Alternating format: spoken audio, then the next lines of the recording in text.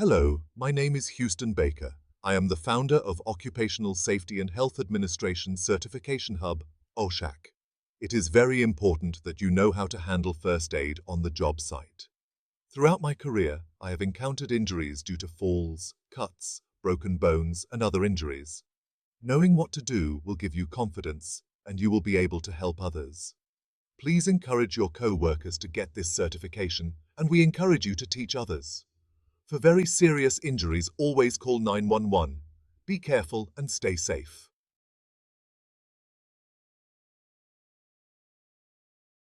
Construction is dangerous.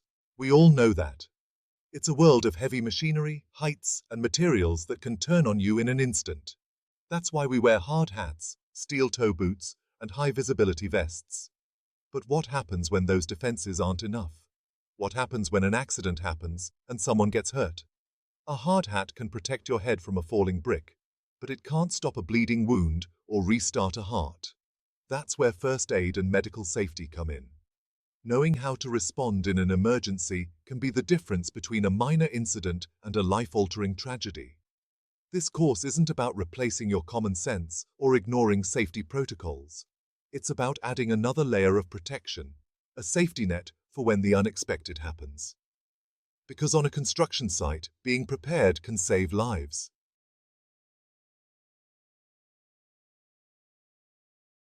First aid on a construction site is more than just slapping on a band-aid and sending someone back to work. It's about understanding the specific risks involved in this line of work, the types of injuries that are common, and the proper procedures for handling them. We're talking about everything from knowing how to control bleeding from a deep cut to recognizing the signs of heat stroke. It's about being able to assess a situation, provide immediate care, and get professional help when needed. This guide will equip you with the knowledge and skills you need to be a confident first responder on a construction site. We'll cover the basics of first aid, delve into common construction-related injuries, and guide you through emergency response procedures.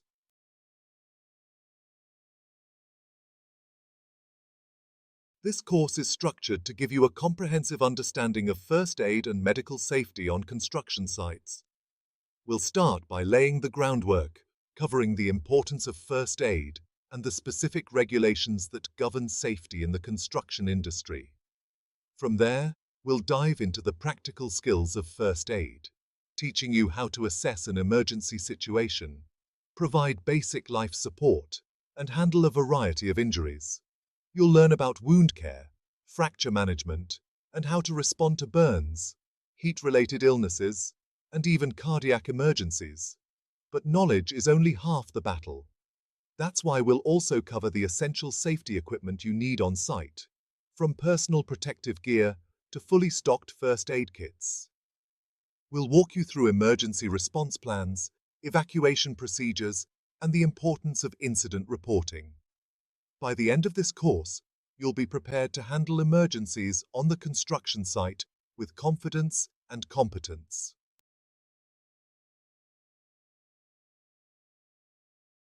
We all like to think we can handle ourselves on a job site. We trust our gut, our experience, and maybe a lucky rabbit's foot. But when it comes to safety, gut feelings ain't gonna cut it. That's where OSHA comes in. OSHA, the Occupational Safety and Health Administration, is like the referee of the construction world. They set the rules to keep things from getting out of hand, and believe me, you don't want a penalty flag from these guys. We're talking fines, shutdowns, even lawsuits. Now, I know paperwork can be a pain, but OSHA standards are there for a reason. They're written in blood and lessons learned the hard way. These regulations cover everything from fall protection to hazard communication, from the right kind of respirator to the proper way to store flammable materials.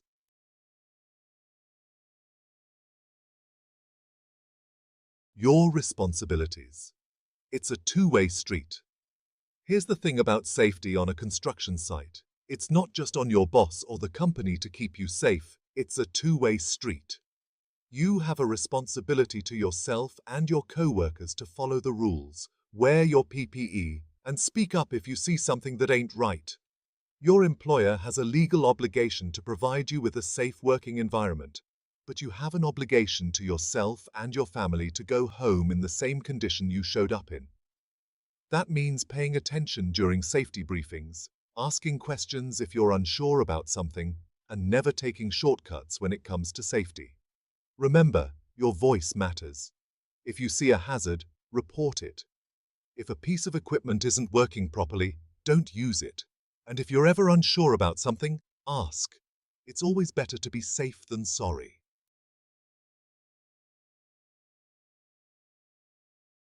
Know your site, know your plan. Every construction site is different. What works on one job might not fly on another. That's why it's crucial to be familiar with the specific safety plan for each site you work on. This ain't just some document gathering dust in the trailer. The site-specific safety plan outlines the potential hazards you might encounter, the specific safety procedures you need to follow, and the emergency response plan in case something goes wrong. It'll tell you where the first aid kits are located, who the designated first aid responders are, and the evacuation routes in case of fire or another emergency. Take the time to review the safety plan before you start working. Familiarize yourself with the layout of the site, the location of emergency equipment, and the communication protocols.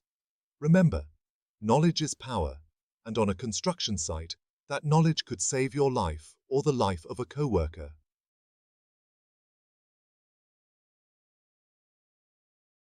First things first, assessing the scene. All right, let's say the worst has happened. You're on site and someone's been hurt. The first rule is, don't panic. Easier said than done, right? But keeping a cool head is crucial. Before you rush in, take a second to assess the situation. What caused the accident? Is the area still dangerous? Are there any downed power lines, falling debris, or other hazards that could put you at risk? Your safety is paramount. Remember, you can't help anyone if you become another casualty. Once you've determined it's safe to approach, check on the injured person. Are they conscious? Are they breathing? Don't move them unless absolutely necessary. Moving someone with a potential spinal injury could make things worse.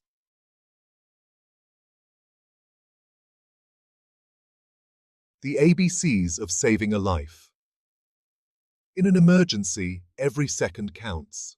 That's why first responders rely on the ABCs: airway, breathing, and circulation. These three things are essential for life, and checking them should be your top priority. First, check the airway.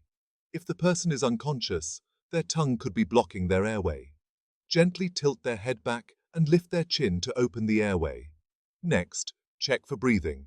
Look, listen, and feel for chest movement and breath sounds. If they're not breathing, you'll need to start CPR. And that's where circulation comes in. CPR involves chest compressions and rescue breaths to manually circulate blood and oxygen throughout the body.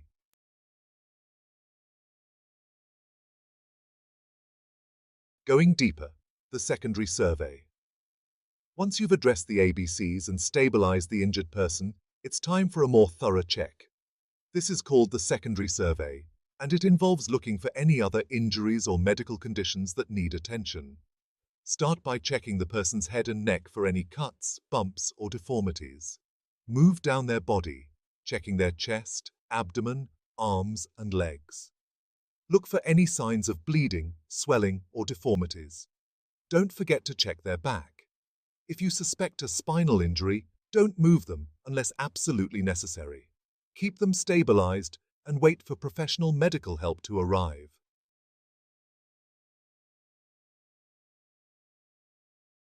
Getting help, getting smart. Remember, even with the best intentions, your role is to provide immediate care and stabilize the situation, not to play doctor. As soon as possible, call 911 or your local emergency number. When you're calling for help, be prepared to provide clear and concise information about the situation. What happened? How many people are injured? What are their conditions? The more information you can give, the better equipped the emergency responders will be to handle the situation. And while you're waiting for help to arrive, don't stop learning. Take a first aid course, get certified in CPR, and familiarize yourself with the specific hazards and emergency procedures on your job sites.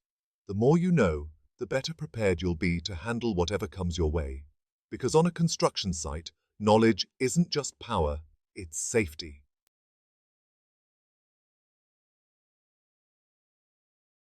Cuts, scrapes, and the occasional gash wound. Care 101.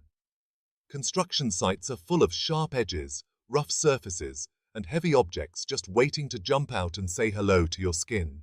So, it's no surprise that cuts, scrapes, and punctures are some of the most common injuries you'll encounter. The good news is, most of these wounds can be handled with basic first aid. The first step is to control the bleeding. Apply direct pressure to the wound with a clean cloth or sterile dressing. Don't be afraid to push. You need to stop that blood flow. Once the bleeding is under control, clean the wound thoroughly with soap and water. This is gonna hurt, but it's gotta be done to prevent infection.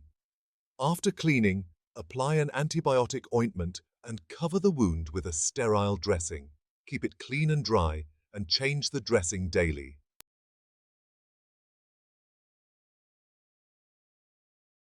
Broken bones and twisted ankles. Immobilization is key.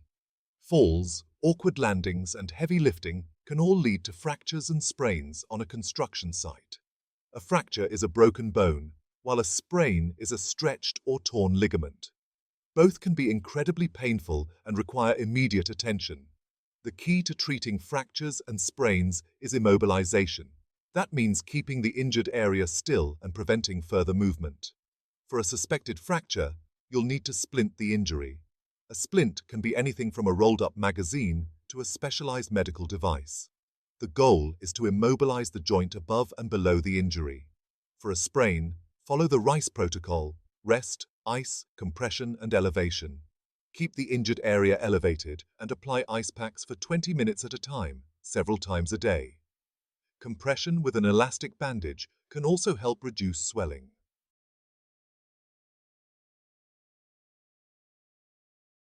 Burns and heat illnesses. Working under the scorching sun or near hot equipment can lead to more than just a sunburn. Construction workers are at risk for heat exhaustion and heat stroke, both of which can be life-threatening. Heat exhaustion is a milder form of heat illness caused by dehydration and overheating. Symptoms include heavy sweating, fatigue, dizziness, and nausea. If you suspect heat exhaustion, move the person to a cool, shaded area, have them lie down, and give them cool fluids to drink. Heat stroke, on the other hand, is a medical emergency. It occurs when the body's temperature regulation system fails, and the body overheats to a dangerous level. Symptoms include confusion, seizures, and loss of consciousness. If you suspect heat stroke, call 911 immediately and cool the person down any way you can, such as with cool water or ice packs.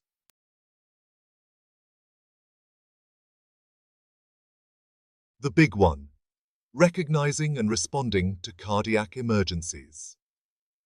Heart attacks are a leading cause of death in the United States, and construction workers, with their physically demanding jobs, are at increased risk. A heart attack occurs when blood flow to the heart is blocked, usually by a blood clot. Recognizing the signs of a heart attack is crucial.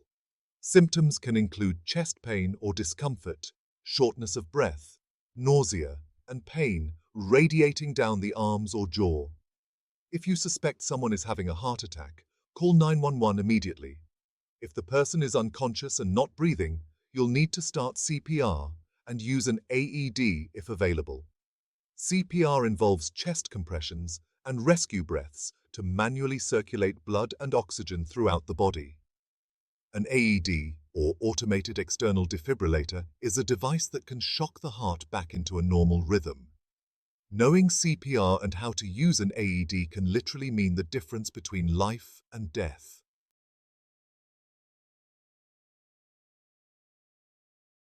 Gearing up for the unexpected. Emergency equipment. Having the right tools on hand is crucial in any line of work, and construction is no exception. But in this business, the tools of the trade can extend beyond hammers and saws. We're talking about the gear that can save a life when things go south, emergency equipment. First on the list, the trusty first aid kit. This ain't your grandma's little tin box with a couple of band-aids and a tube of antiseptic cream. A construction site first aid kit needs to be stocked and ready for anything from a minor cut to a major bleeding emergency.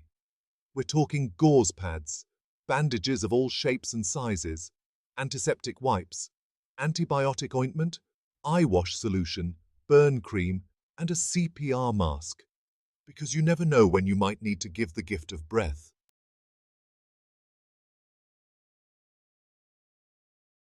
The right tool for the job, maintenance and inspection. Having the right PPE and emergency equipment is only half the battle. Just like you wouldn't use a rusty saw or a dull hammer, you can't rely on damaged or faulty safety gear. That's why regular inspection and maintenance are crucial. Before you even think about stepping foot on that job site, take a good, hard look at your PPE. Are there any cracks in your hard hat? Are your safety glasses scratched or fogged? Are the soles of your steel-toe boots starting to separate? And don't forget about that first aid kit. Check the expiration dates on those medications and solutions. Make sure those bandages are still sterile and those antiseptic wipes haven't dried out. Remember, using faulty or expired equipment is like playing Russian roulette with your safety, and that's a gamble you don't want to take.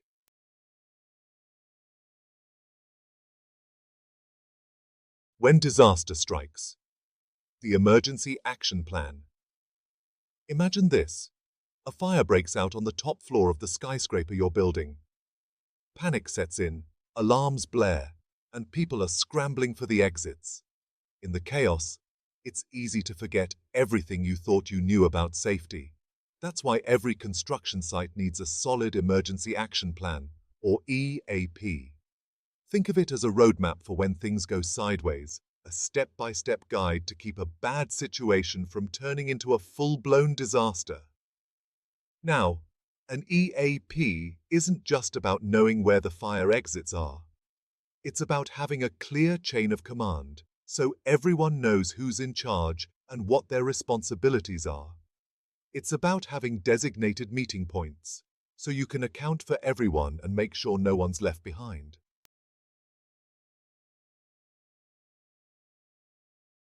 Evacuation 101. Get out and get accounted for. When an alarm sounds on a construction site, it's not the time to grab a quick cup of coffee or finish up that last weld. It's time to evacuate, and that means dropping everything and heading for the nearest designated exit route. But hold your horses, cowboy. Evacuation ain't a race. It's about staying calm, following the established routes, and assisting anyone who might need help. Remember, those stairwells can get crowded, so watch your step and help those who might struggle. Once you're clear of the danger zone, head to the designated assembly point. This is crucial for accounting for everyone and ensuring no one's trapped inside. And for heaven's sake, don't wander off until you're given the all clear. Remember, the longer it takes to account for everyone, the longer it takes for emergency responders to do their jobs.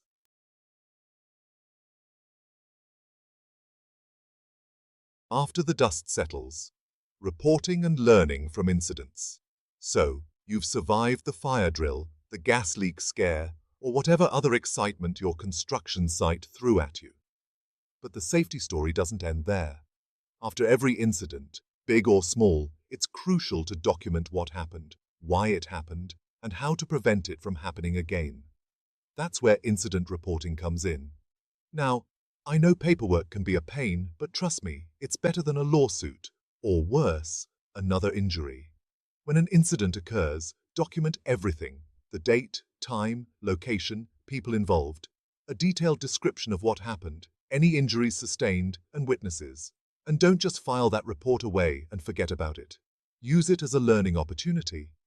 Analyze what went wrong, identify any contributing factors, and develop corrective actions to prevent similar incidents in the future.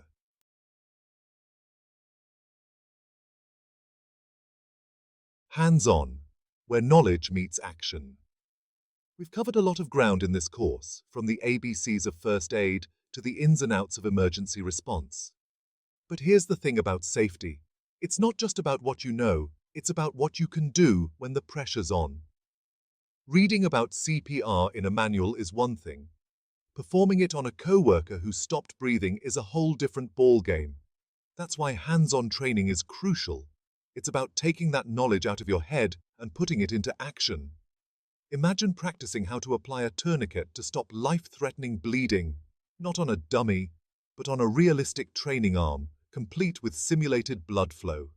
Picture yourself working with a team to safely evacuate injured coworkers from a mock disaster scene.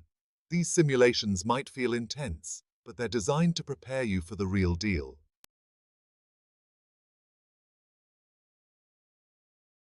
Safety. A never-ending job. Here's the hard truth about safety on a construction site. It's not a one-and-done deal. It's not a box you check and then forget about. It's an ongoing process, a commitment to constantly learning, adapting, and improving. Think of it like this. Every day on a construction site is different. New challenges arise, new hazards emerge, and complacency can set in faster than you can say, OSHA violation. That's why regular safety meetings, toolbox talks, and refresher courses aren't just a good idea. They're essential. These gatherings are a chance to review procedures, share lessons learned, and stay sharp on your safety game. Encourage your co-workers to speak up about potential hazards, near misses, or any concerns they have. A real-life story. While working on a construction project in Cullman, Alabama, I had a co-worker to fall off of a 6-foot ladder. He walked into my office and appeared to be uninjured. I made the decision to take him to the emergency room to have him checked out by the professionals. It turned out to be a good decision because he passed out in the waiting area. It turned out that the fall had bruised his kidney. The moral of this story is always be safe rather than sorry. At the Occupational Safety and Health Administration Certification Hub, OSHACH, we strongly believe in helping others.